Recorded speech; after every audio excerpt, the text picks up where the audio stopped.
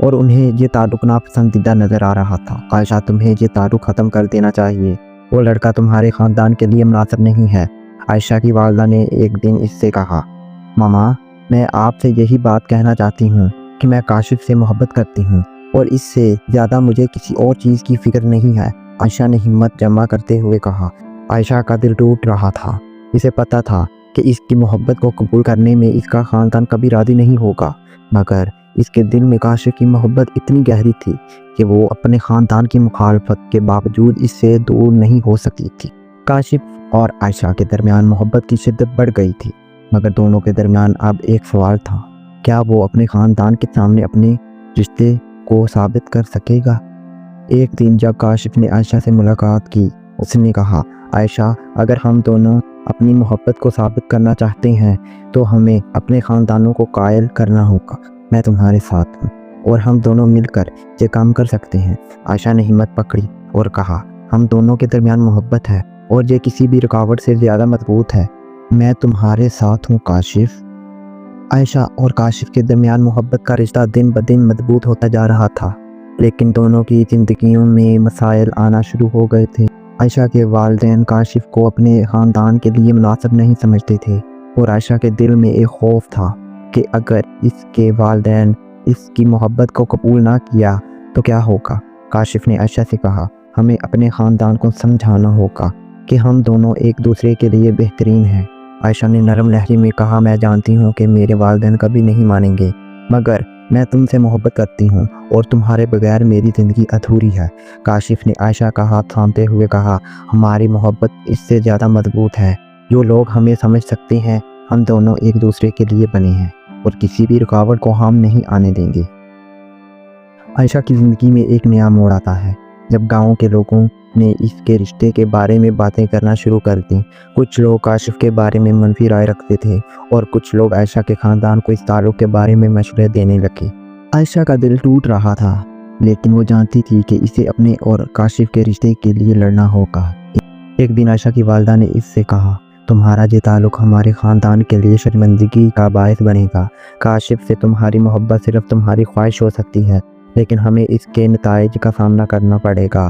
عائشہ نے گہری سانس لی اور کہا، ماما، میری محبت سچی ہے، میں کاشف سے وعدہ کرتی ہوں کہ ہمارا رشتہ کبھی بھی مشکلات کے سامنے نہیں جھکے گا۔ عائشہ اور کاشف کے درمیان محبت کی گہرائی میں ایک نیا جوش آتا ہے جب وہ ایک دوسرے کے لیے اپنی زندگی کی مشکلات کا سامنا کرتے ہیں۔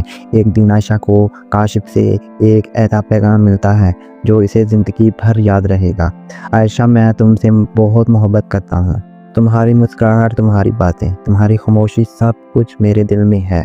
میں وعدہ کرتا ہوں کہ ہم دونوں اپنی محبت کو ثابت کریں گے، چاہے ہمیں کتنی بھی مشکلات کا سامنا ہو۔ یہ پیغام عائشہ کے دل میں امید کی ایک نئی کرن پیدا کرتا ہے۔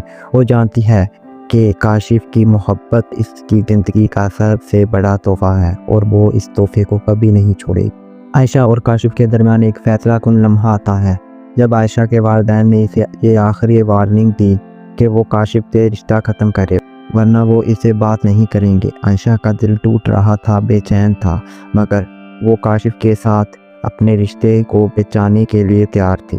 ایک دن جب عائشہ اور کاشف ملاقات کرتے ہیں، عائشہ نے کہا، کاشف، میرے والدین مجھے تم سے رشتہ ختم کرنے کا کہہ رہے ہیں، لیکن میں تم سے یہ وعدہ کرتی ہوں کہ میں کبھی تمہیں چھوڑ کر نہیں جاؤں گی۔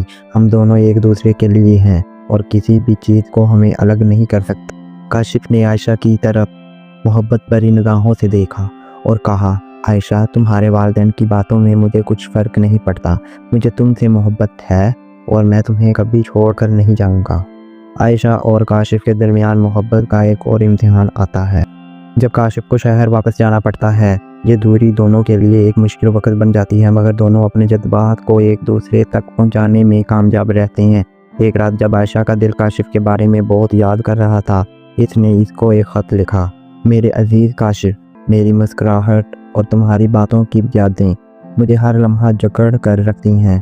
میں جانتی ہوں کہ تمہیں شہر جانا پڑا ہے، مگر میرا دل تمہارے ساتھ ہے، میری دعائیں ہمیشہ تمہارے ساتھ ہیں اور میں تمہیں ہمیشہ اپنے قریب محسوس کرتی ہوں۔